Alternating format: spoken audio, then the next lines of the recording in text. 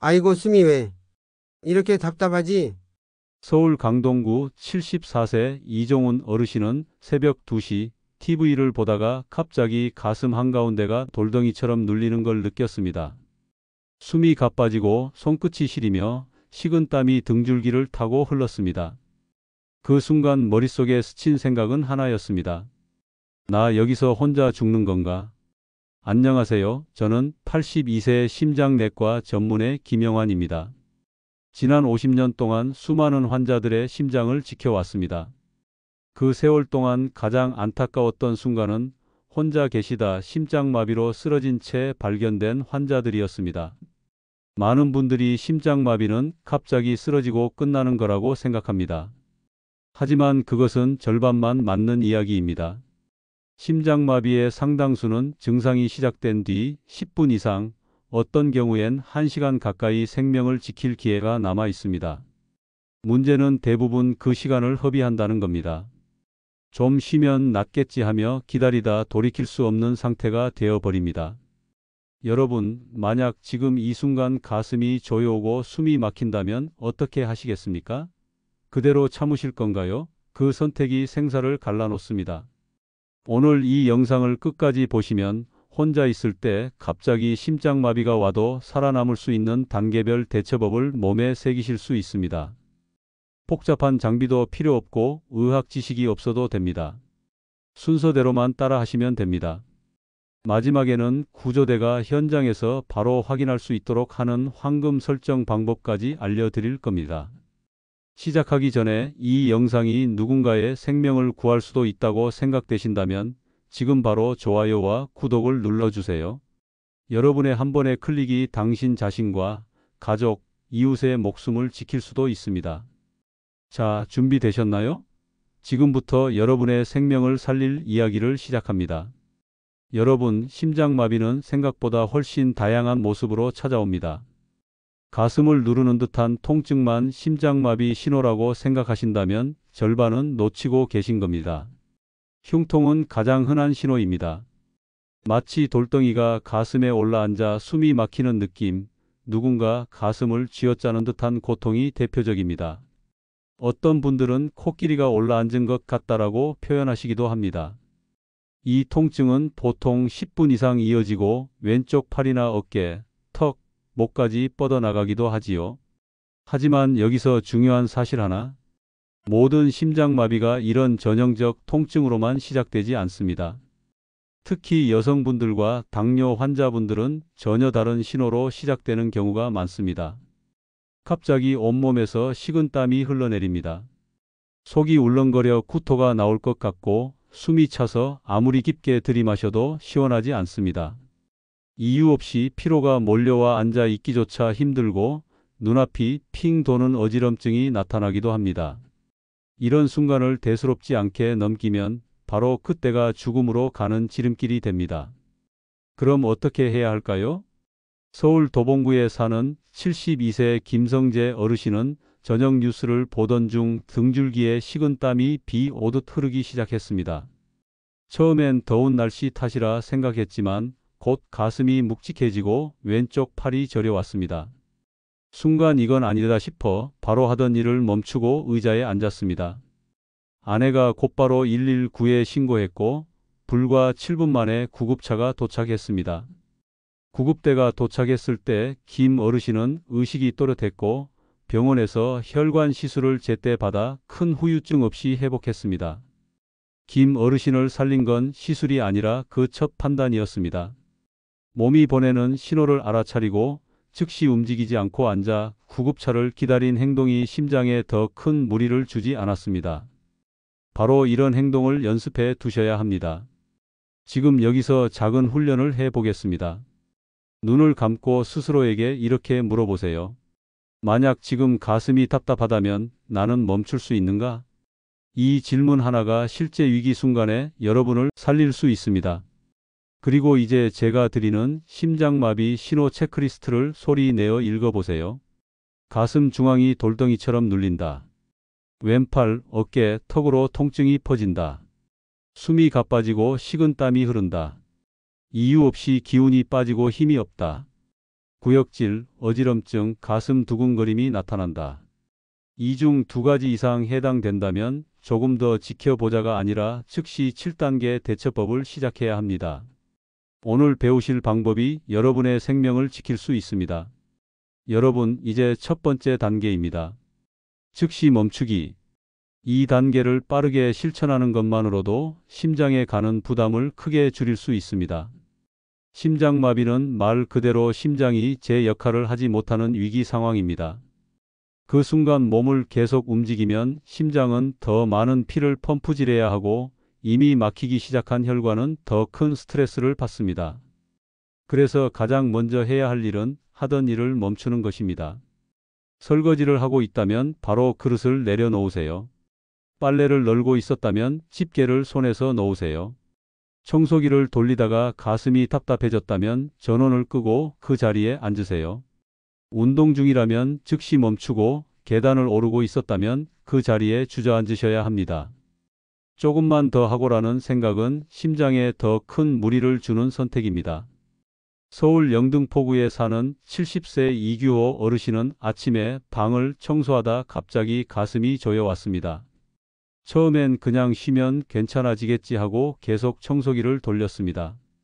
하지만 몇 분 뒤 심장이 더 빨리 뛰고 호흡이 거칠어졌습니다. 결국 쓰러져 머리를 다치기까지 했지요.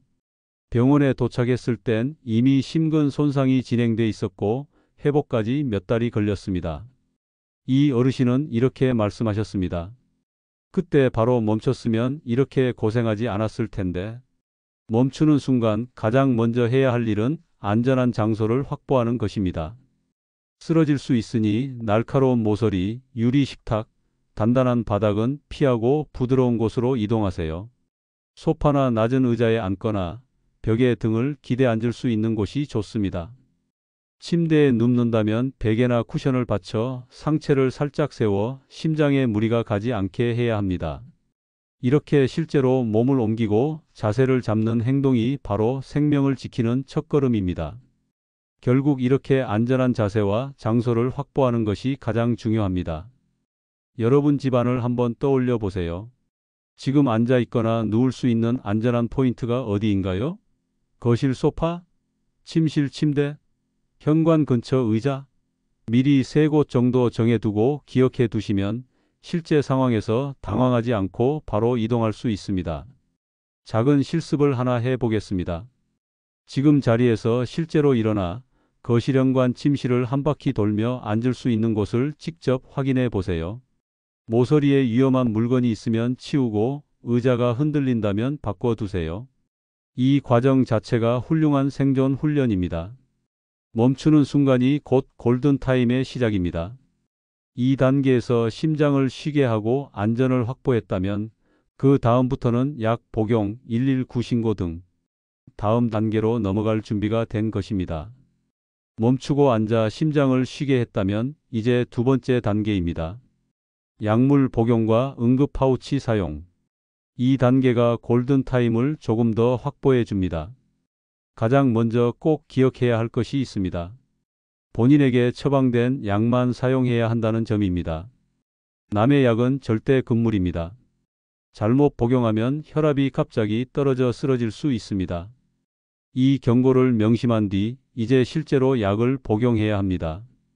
심장질환으로 니트로글리세린을 처방받은 분들은 지금이 바로 사용할 순간입니다.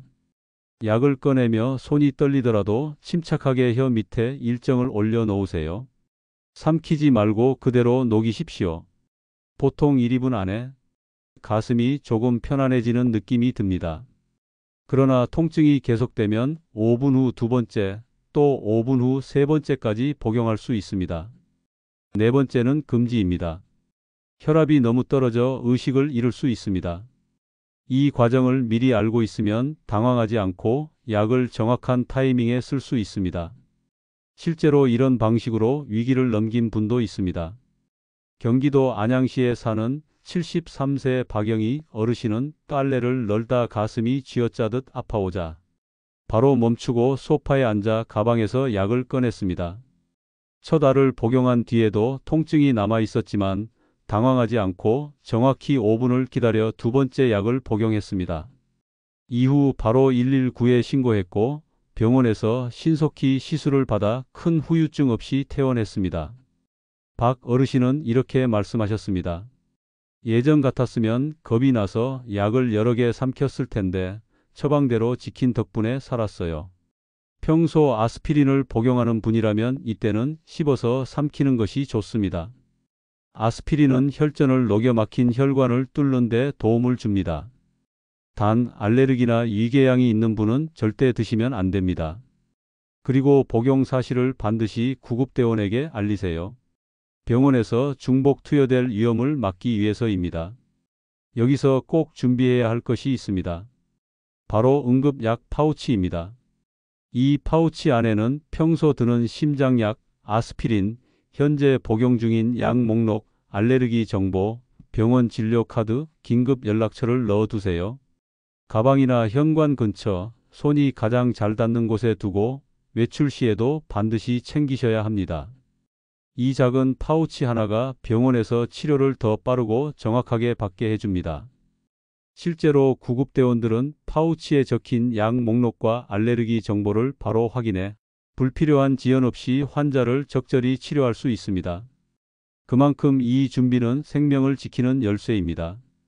지금 이 영상을 보면서 실제로 해보세요. 집안에서 약과 처방전을 꺼내 한 곳에 모으고 파우치에 넣으세요. 그리고 가족에게 응급 파우치 위치를 알려주세요. 누군가가 도와야 할 순간이 올 수도 있으니까요. 실제로 가족에게 알려두는 것만으로도 응급 상황 시 대응 속도가 2배 이상 빨라집니다. 하지만 약을 복용했다고 안심하지 마십시오. 2단계는 어디까지나 시간을 버는 응급처치입니다. 여기까지 하셨다면 이제 곧바로 119에 신고해야 합니다. 다음 단계가 여러분의 생명을 살리는 가장 결정적인 순간이 될 것입니다. 약을 복용했다면 이제 가장 중요한 순간입니다. 세 번째 단계 119 신고입니다. 많은 분들이 2단계에서 망설입니다. 조금만 기다려보자. 이러다 나아지겠지. 하지만 그 순간에도 심장 근육은 조용히 죽어가고 있습니다. 피가 통하지 않는 심장은 1분마다 손상을 입습니다. 한번 죽은 근육은 다시 살아나지 않습니다. 이 시간을 줄이는 가장 빠른 방법, 바로 119 신고입니다. 지금 휴대폰을 스피커 모드로 바꾸세요. 그리고 이렇게 말해보세요.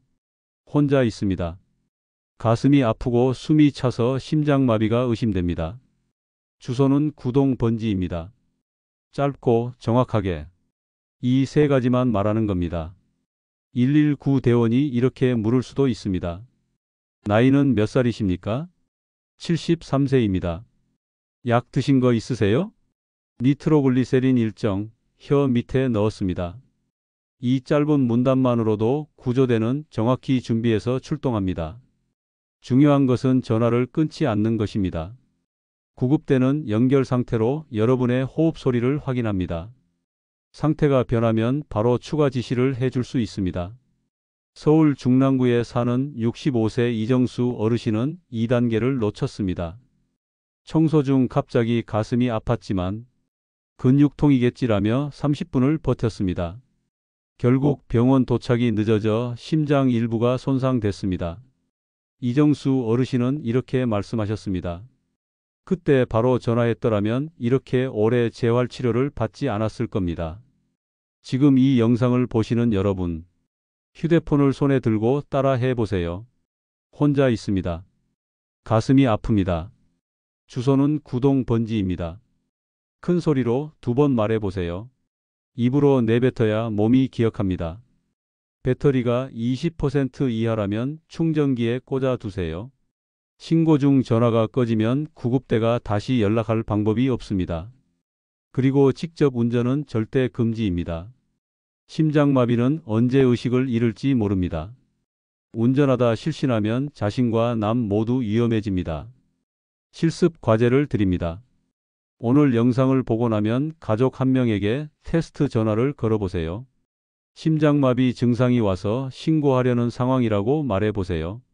처음에는 어색하지만 한번 해보면 실제 상황에서 망설임이 훨씬 줄어듭니다. 이제 준비가 되셨습니다.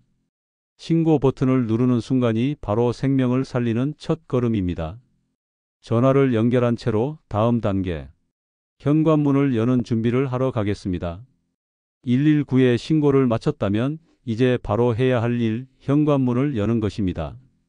이 단계를 놓치면 구급대가 도착해도 집 안으로 들어오지 못하고 그 몇 분 사이에 상황이 돌이킬 수 없게 악화될 수 있습니다. 심장마비 환자는 신고 후 3분에서 5분 사이에 의식을 잃을 가능성이 높습니다. 그때 문이 잠겨 있다면 구급대는 문을 부수거나 관리사무소를 불러야 하고 이 과정에서 5분 이상 지체될 수 있습니다. 심정지 상황에서 5분은 곧 생사의 분기점입니다. 서울 은평구 71세 최한규 어르신의 사례를 기억하세요. 저녁 식사 후 갑자기 가슴이 조여왔지만 신고 직후 곧장 현관문을 열었습니다. 신고 후 3분 만에 의식을 잃으셨지만 구급대는 문을 부수지 않고 바로 들어와 응급처치를 할 수 있었고 무사히 회복하셨습니다. 지금 여러분도 상상해 보세요. 119에 신고한 직후 숨이 점점 가빠지고 의식이 흐려지려는 순간 문이 잠겨 있다면 구급대는 들어오지 못합니다. 그러나 지금 문을 열어두면 그 몇 초가 여러분의 심장을 살립니다. 가능하다면 대문과 현관문을 모두 열어두세요. 아파트라면 공동현관 비밀번호를 119 대원에게 알려주세요. 비밀번호 1234입니다. 라고 말하면 현관 앞까지 곧장 올 수 있습니다. 현관 앞 통로에 놓인 신발, 우산꽂이, 청소도구는 잠깐 치워두세요. 구급대가 들것을 들고 들어올 때 길이 막히면 소중한 시간이 흘러갑니다. 그리고 반려동물이 있다면 다른 방에 넣어주세요. 낯선 사람을 보고 짖거나 달려들면 응급처치가 지연될 수 있습니다. 제가 추천드리는 방법이 있습니다. 문가에 의자와 담요를 미리 준비해 두세요. 증상이 심해져 쓰러질 것 같다면 그곳으로 이동해 앉으세요. 구급대가 들어왔을 때 바로 발견할 수 있고 문가에서 응급처치를 시작할 수 있습니다. 담요로 몸을 덮어 체온을 유지하는 것도 중요합니다. 심장마비가 오면 혈액순환이 느려져 몸이 급격히 차가워집니다. 지금 당장 작은 훈련을 해보세요. 현관으로 가서 문을 열고 닫는 시간을 직접 재보십시오. 비밀번호를 가족과 다시 확인하고 잊을까 걱정된다면 눈에 잘 띄는 곳에 메모해 두세요. 스마트 도어락을 쓰신다면 비상시 가족이나 가까운 이웃에게 비밀번호를 미리 알려두는 것도 좋습니다. 이 모든 준비는 단순해 보이지만 실제로는 생존 확률을 크게 높이는 결정적인 행동입니다. 신고 후 1, 2분 안에 현관문을 열고 문가에 앉아 있다면 구급대는 지체 없이 들어와 여러분의 심장을 살리는 응급처치를 시작할 수 있습니다. 자, 이제 문도 열고 길도 확보했습니다. 심장은 여전히 힘겹게 뛰고 있지만 이제 다음 단계 심장을 편하게 해주는 올바른 자세와 호흡법으로 넘어가겠습니다. 현관문을 열었다면 이제 심장을 최대한 편하게 만들어줘야 합니다. 이 단계가 생존 확률을 크게 바꾸는 마지막 준비입니다. 먼저 앉거나 눕는 자세를 고르세요. 바닥, 소파, 침대 어디든 상관없습니다. 단, 반드시 등을 기대고 안정된 자세를 취하세요. 다리를 살짝 구부리고 무릎 밑에 베개나 쿠션을 받치세요. 이렇게 하면 피가 심장으로 더 잘 돌아갑니다. 가슴이 답답하다면 상체를 3045도 정도 세우세요. 숨쉬기가 조금 더 편해집니다. 서울 마포구 69세 김영선 어르신은 화장실에서 증상을 느끼셨지만 거실 소파로 옮겨 앉았습니다. 그리고 반쯤 기댄 자세를 취했습니다. 그 덕분에 머리를 다치지 않았고 호흡도 한결 편해져 구급대가 도착할 때까지 의식을 유지했습니다. 이제 목과 가슴을 조이는 옷을 모두 느슨하게 풀어주세요. 넥타이, 벨트, 브래지어, 시계까지 모두 풀어 혈액순환이 자유롭게 흐르도록 합니다. 너무 답답하다면 양말도 벗어보세요. 체온이 떨어지기 시작했다면 가까운 담요를 가져다 가볍게 덮으세요. 얼굴은 덮지 말고 체온이 유지될 정도만 덮어야 합니다. 이제 호흡을 고르는 시간입니다. 심장은 이미 지쳐 있고 산소 공급이 부족한 상태입니다. 이때 할 수 있는 가장 큰 도움은 천천히 깊게 숨 쉬는 것입니다. 손을 배 위에 올려 보세요. 코로 하나, 둘, 셋, 넷 천천히 들이마십니다.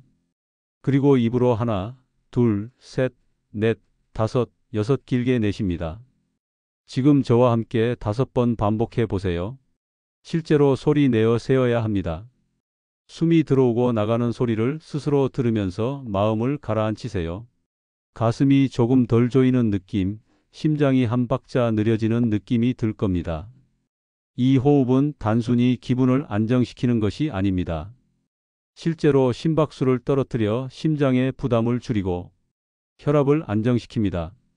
불안할수록 호흡이 빨라지지만 지금은 느리고 깊은 호흡이 필요합니다. 가능하다면 누군가가 곁에 왔을 때 말로 상태를 계속 알려주세요. 저 지금 숨 잘 쉬고 있어요. 가슴 통증은 5 정도입니다. 이렇게 말하는 것만으로도 의식을 유지하는 데 도움이 됩니다. 여기까지 하셨다면 심장은 이제 가능한 한 안정된 상태입니다. 숨이 조금 편해졌다고 느껴지면 그 상태를 계속 유지하세요. 이제 곧 구급대가 도착합니다.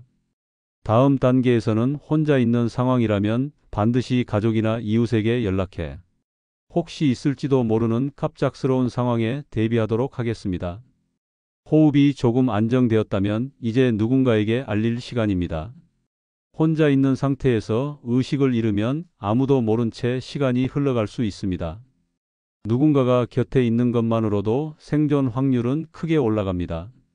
휴대폰을 들어 스피커폰으로 바꾸세요. 그리고 이렇게 짧게 말하세요. 나 지금 가슴이 너무 아파.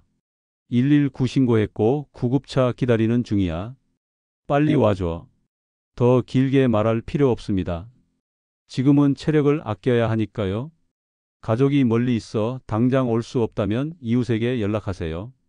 옆집, 위층, 아래층, 관리사무소 누구라도 좋습니다. 누군가가 현관 앞까지 와서 구급차 도착 때까지 지켜봐 주는 것만으로도 큰 힘이 됩니다. 서울 노원구 74세 박철수 어르신도 비슷한 상황을 겪으셨습니다. 부인이 친정에 간 날 가슴이 쥐어짜듯 아팠지만 즉시 옆집 아주머니에게 전화를 걸었습니다. 아주머니는 달려와 곁에서 손을 잡고 구급대가 도착할 때까지 함께 계셨습니다. 박 어르신은 나중에 이렇게 말했습니다. 누가 곁에 있다는 것만으로도 덜 무섭더라고요. 혼자일 때보다 숨쉬기가 한결 편해졌어요. 이제 휴대폰 긴급 연락처를 설정해 보겠습니다. 아이폰은 건강 앱에서, 안드로이드폰은 응급 정보에서 추가할 수 있습니다. 이름, 전화번호, 혈액형, 복용 중인 약, 알레르기 정보를 미리 입력해 두세요. 이렇게 하면 잠금 화면 상태에서도 구급대가 바로 확인할 수 있습니다. 지금 실습해 보세요. 연락처 목록을 열어 가장 먼저 연락할 사람 3명을 고릅니다.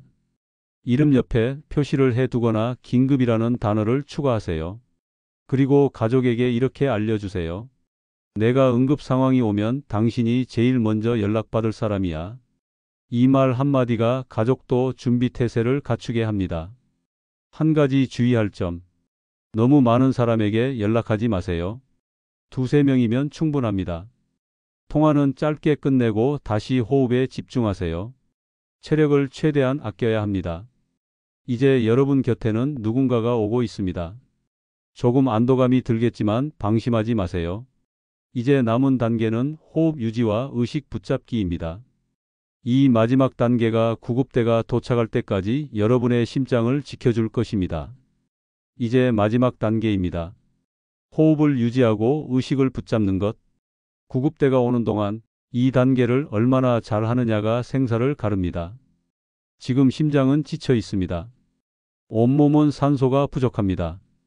의식이 조금씩 흐려질 수도 있습니다. 이 순간 당황하면 심장은 더 빨리 뜁니다. 더 빨리 지칩니다. 움직이지 마세요. 지금 있는 자세 그대로 두세요. 호흡에만 집중하세요. 손을 배 위에 올려보세요. 코로 천천히 하나, 둘, 셋, 넷 들이마십니다. 그리고 입으로 하나, 둘, 셋, 넷, 다섯, 여섯 길게 내쉽니다. 숨이 나가는 소리를 스스로 들어보세요. 배가 오르내리는 것을 느껴보세요. 이 과정을 5번, 10번 반복합니다. 그리고 말을 계속하세요. 혼잣말이라도 좋습니다. 지금 숨 쉬고 있어. 통증은 7점 조금 줄어드는 것 같아. 곧 구급차가 올 거야. 나는 버틸 수 있어. 이런 짧은 말들을 계속 반복하세요. 소리를 내면 뇌가 깨어 있습니다. 의식을 유지하는 데 도움이 됩니다. 경기도 수원에 사는 67세 이순자 어르신은 요가를 오래 배우신 분이었습니다. 심장마비 증상이 왔을 때 배에 손을 올리고 천천히 호흡했습니다. 나는 괜찮아. 곧 도움 올 거야.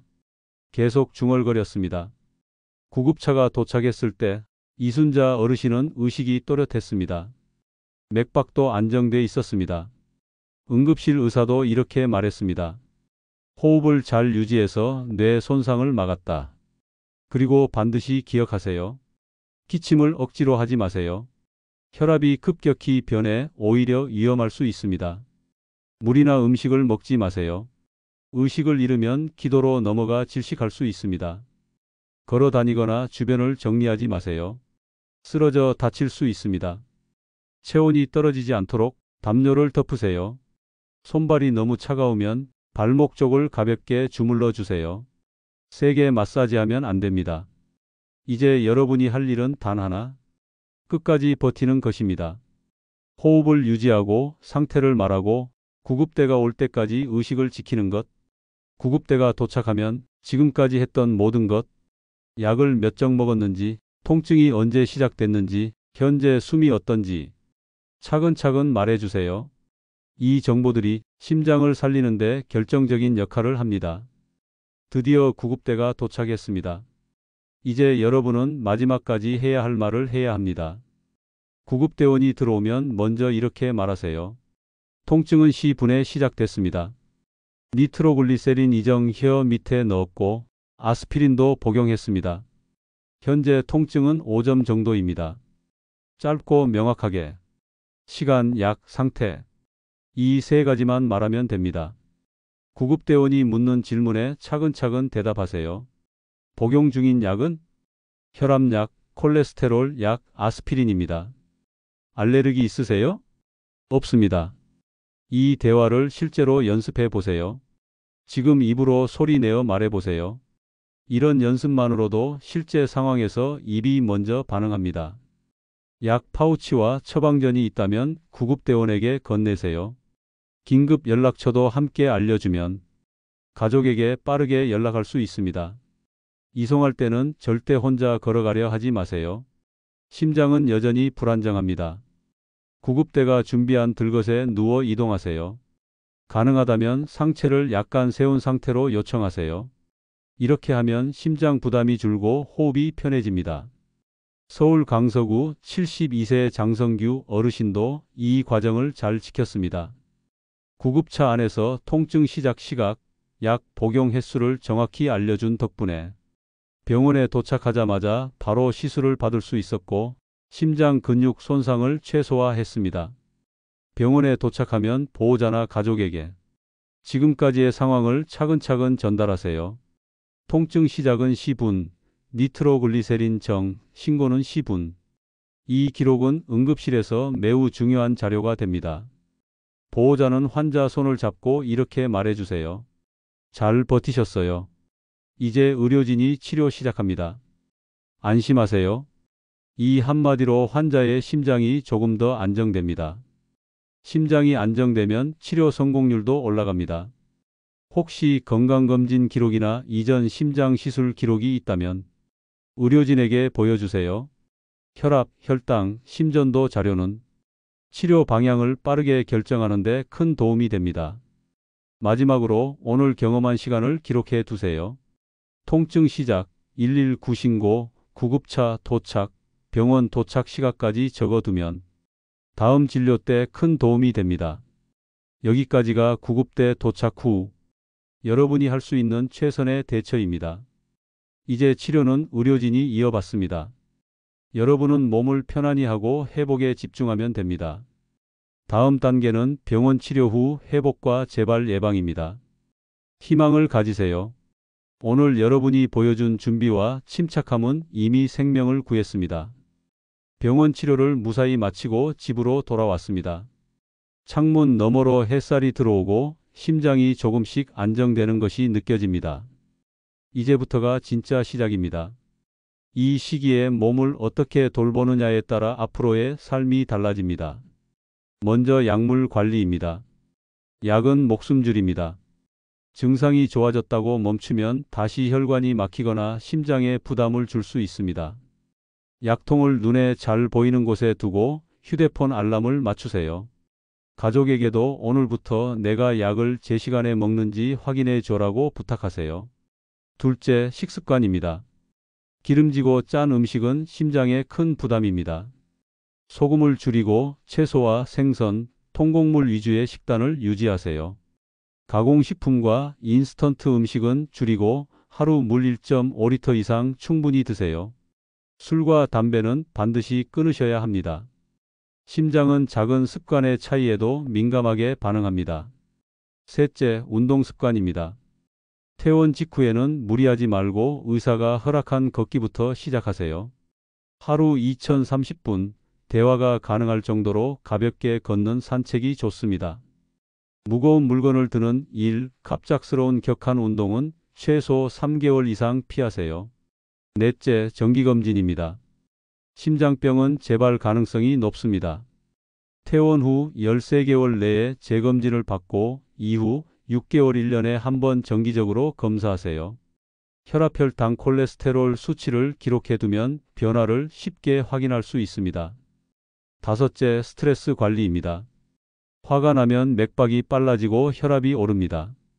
매일 10분씩 명상이나 깊은 호흡을 하고 좋아하는 음악을 듣거나 기분 좋은 사람과 통화하는 것만으로도 심장이 편안해집니다. 서울 송파구 76세 윤봉선 어르신은 퇴원 후 매일 30분 산책, 저염식단, 명상 10분을 꾸준히 실천했고 1년 후 검사에서 심장 기능이 크게 좋아졌습니다. 윤 어르신은 이렇게 말했습니다. 그날 이후 매일이 선물 같아요. 심장은 다시 살아났고 제 삶도 다시 시작됐습니다. 여러분도 오늘 이 영상을 본 것을 계기로 작은 계획부터 세워보세요. 내일 아침 산책 시간을 정하고 줄일 음식 3가지를 적어보세요. 스마트폰 의료 정보를 확인하고 응급 파우치 속 약과 연락처를 점검하세요. 여기까지 끝까지 함께해 주신 여러분 정말 잘하셨습니다. 오늘 여러분은 단순히 영상을 본 것이 아니라 생명을 지키는 법을 배운 것입니다. 심장마비는 누구에게나 올 수 있지만 준비된 사람만이 이겨냅니다. 잠시 눈을 감고 오늘 배운 장면을 떠올려 보세요. 119에 신고하고 현관문을 열고 문가에 앉아 호흡을 고르던 자신. 구급대에게 침착하게 상황을 말하던 순간. 병원에서 의사의 설명을 듣고 안도하는 순간까지. 이 과정을 머릿속에서 다시 한번 연습하세요. 실제 상황이 닥쳤을 때 몸이 자동으로 반응하게 됩니다. 오늘 내용이 조금 길었다면 자기 전 다시 보세요. 내일 아침에도 틀어놓고 들으세요. 반복할수록 몸이 기억합니다. 그리고 부탁드립니다. 곁에 혼자 사시는 어르신, 심장질환이 있는 가족, 친구가 있다면 이 영상을 꼭 공유해 주세요. 그분의 목숨을 살릴 수 있습니다. 오늘 내용이 도움이 되셨다면 좋아요와 구독 꼭 눌러주세요. 한 번만 눌러두시면 앞으로도 심장을 살리는 황금 정보를 빠짐없이 받아보실 수 있습니다. 건강한 하루 보내시고 황금TV는 다음에 더 좋은 영상으로 찾아뵙겠습니다. 감사합니다.